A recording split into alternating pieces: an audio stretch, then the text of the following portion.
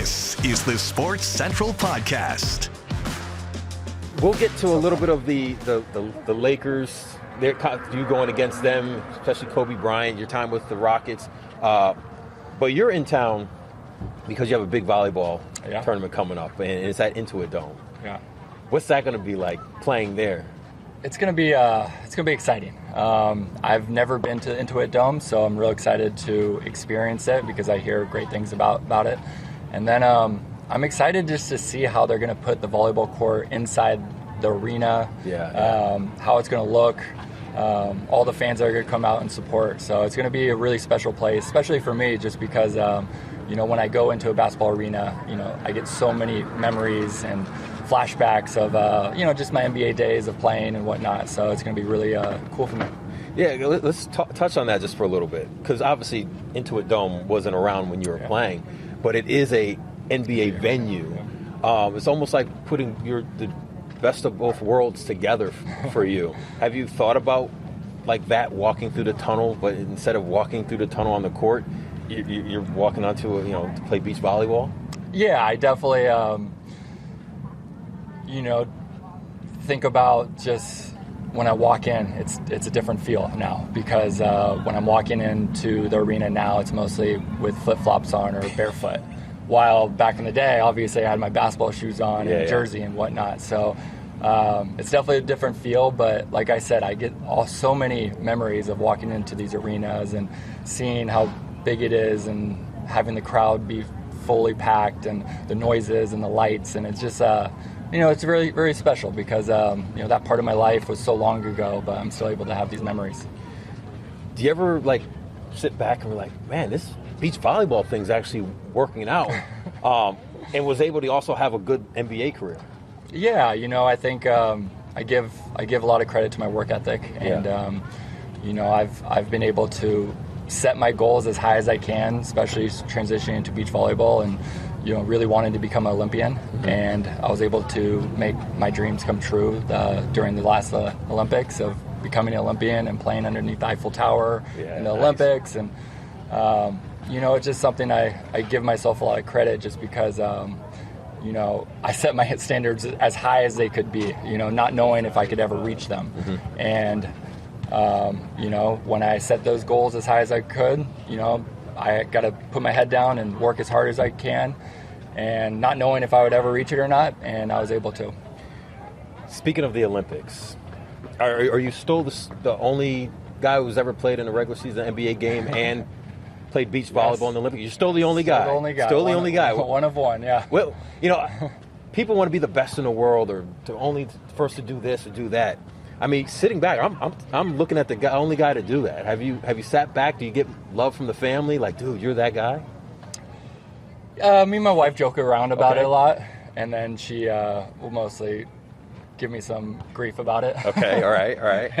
and guess that's what wives do. Yeah, and tell me to be humble about it. But yeah, we joke around more than anything about it, and I think later in my life, talking to my kids, I think that will be more of a story I could tell them. There's video that you posted when you're at the Olympics, and you're running into LeBron James, Anthony Davis when he used to play for the Lakers. I think Kevin Durant was also in that mix. What was that interaction like, especially with a guy like LeBron, seeing you on the other side of things as a beach volleyball player but not playing basketball? Yeah. At first I kind of with LeBron, I kind of surprised him, and he had to take a double take to recognize me. But I think it was very normal, actually, because these are guys that I played against for multiple years. Kevin Durant was a guy that we were co-MVPs of the McDonald's All-American game back in high school. So we've known each other for a long, long time. So just seeing each other and kind of just giving each other credit, especially them giving me credit for, making the Olympics in a different sport. They knew how tough and crazy that is, and, they were able to show their support. What kind of NBA, who was your team growing up? Was it the Lakers? My team growing up would have to be the Lakers, yes. Lakers, okay. Yes, are you still a Lakers fan now? I am a Lakers fan now. Okay, there we go. I still watch. I still support. All right. Grew up a Kobe fan. So before we get to Kobe, what are your thoughts about the Lakers now with Luka and LeBron now 40-something years old? I mean, one, it's absolutely astonishing what LeBron's been doing, being able to play for so long. I mean, my body started breaking down after 5 years. Yeah, He's been doing it for 22 and basically going to the finals every single year. So, to what he's been able to accomplish, it's unspeakable, pretty much. And then, them acquiring Luka, man, it just kind of resurrects the legacy of being the Lakers for the next 10 years because they have that superstar player, and they give that team a chance to win every single year because of him. As a kid, who did you grow up loving to watch who played for the Lakers? Who was that guy? It's funny is I actually grew up a huge Shaq fan. Okay, all right. Before when I was younger, my dad would always take me to games and stuff, and Eddie Jones was kind of like the guy that I watched a lot, and then once Shaq got there, he kind of became my favorite player. Even though I didn't want to play like Shaq, but he still was my favorite player. Yeah. And I feel like everybody has a Kobe Bryant story. What was your first interaction like with playing against Kobe? Well, here's my Kobe Bryant story, because like you said, everyone has one. I went to his camp in high school, or my first year of college, actually. Okay. I went to his camp where they bring a bunch of college players, and you kind of, practice and whatnot. And he actually chose me to work out with them. Wow. The next morning. So got up, crack of dawn, at about 4:15 in the morning. Oh, that's not too early. And we had to be on the court at 5. So I get there nice and early, make sure can't be late for Kobe, and he comes strolling in, and we get to work. And I've never seen someone just so hyper-focused on his work ethic and what he's trying to accomplish in this workout. Probably hour and a half, the guy doesn't say a word to me. And I'm over there does this guy hate me? What's going on? And we get done, and then afterwards he gives me all these pointers about what he saw, what he thinks I can improve on.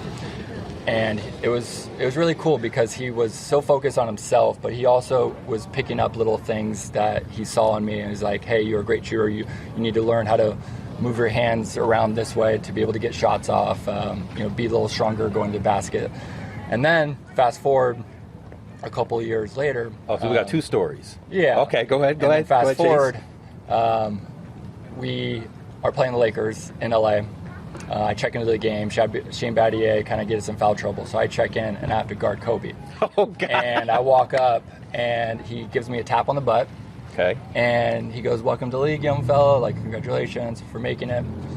And the very first play, they run a play for him. They get him down a low post, and he makes this move on me where I swear he elbows me so fast and quick into my chest, kind of knocks the wind out of me, and then goes for his fadeaway jumper on the baseline.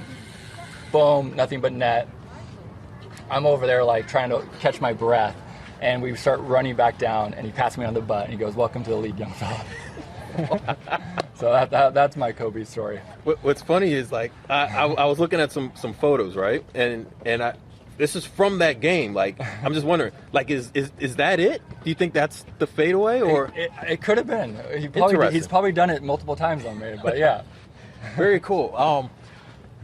Looking at your interactions even with Kobe, I remember, I think you were playing for the Timberwolves, and he did the finger wag thing on you. I know these are probably bad memories, but when you look at a guy like Kobe, and now that he's gone, tragic loss. And he hit one of those daggers on you. You were trying to guard one of the greatest to ever play the game. Yeah. Do you cherish that memory more rather than being oh, man, he got me and we lost? No, I definitely cherish it more. Yeah.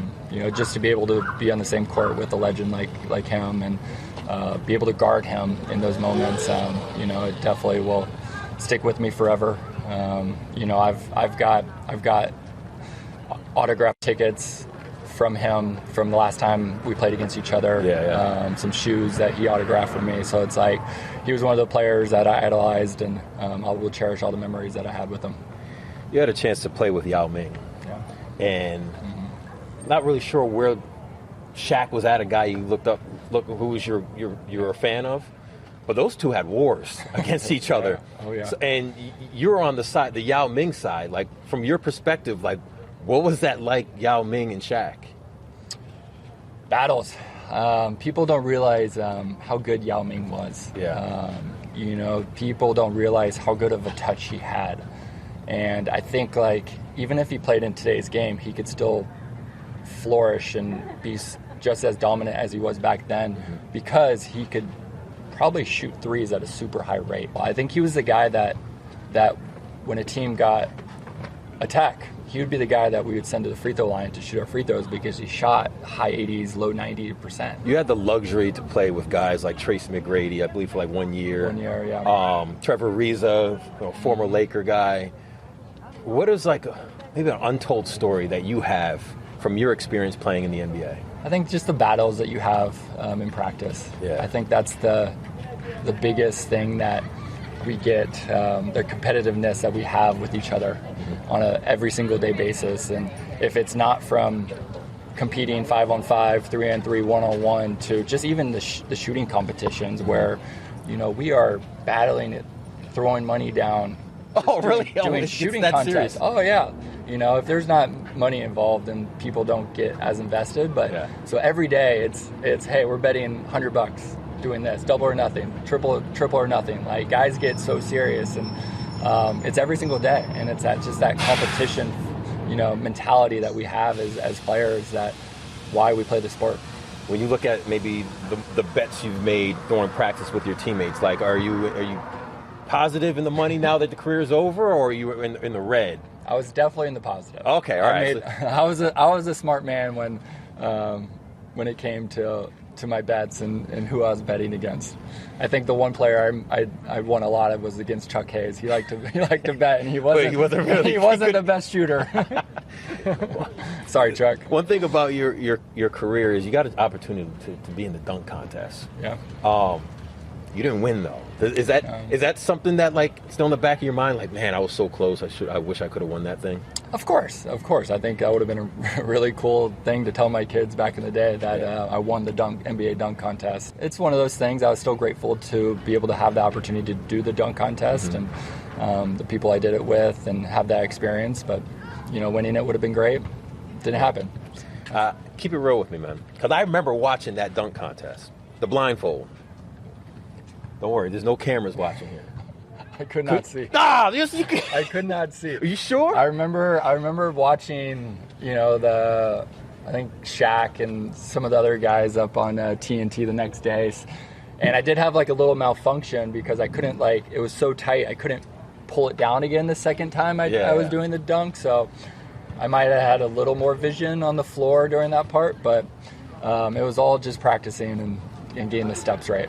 I was thinking, you had the blindfold on, but you were able to kind of look down to kind of know your place. Like, okay, there's the free throw line. Okay, all right, now I'm really deep in the paint. Let me jump and now try to dunk it. Yeah, that helped me a little bit just because of the malfunction. Okay. That I couldn't fully get the blindfold on right the second time. So you were able to see down? A little bit. Oh, there we go. I can remember the dunk contest, and I believe they're mentioning White Man Can't Jump, the movie.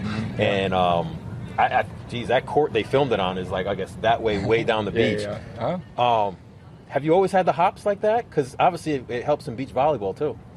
Yeah, I've I give a lot of credit to my dual sport of basketball and volleyball growing up. Yeah. And I give a lot of credit to volleyball for my athleticism, of being able to jump, and my footwork and my athleticism.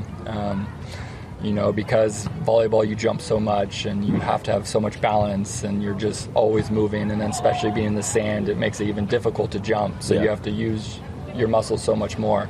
And I've always said it. I give a lot of my athletic ability from basketball because of volleyball. All right, one small thing before we go down to the beach volleyball thing. I'm going to show you some pictures and just describe that moment and what you see in that particular moment. Start off with this one. With going against LeBron James. Oh, man.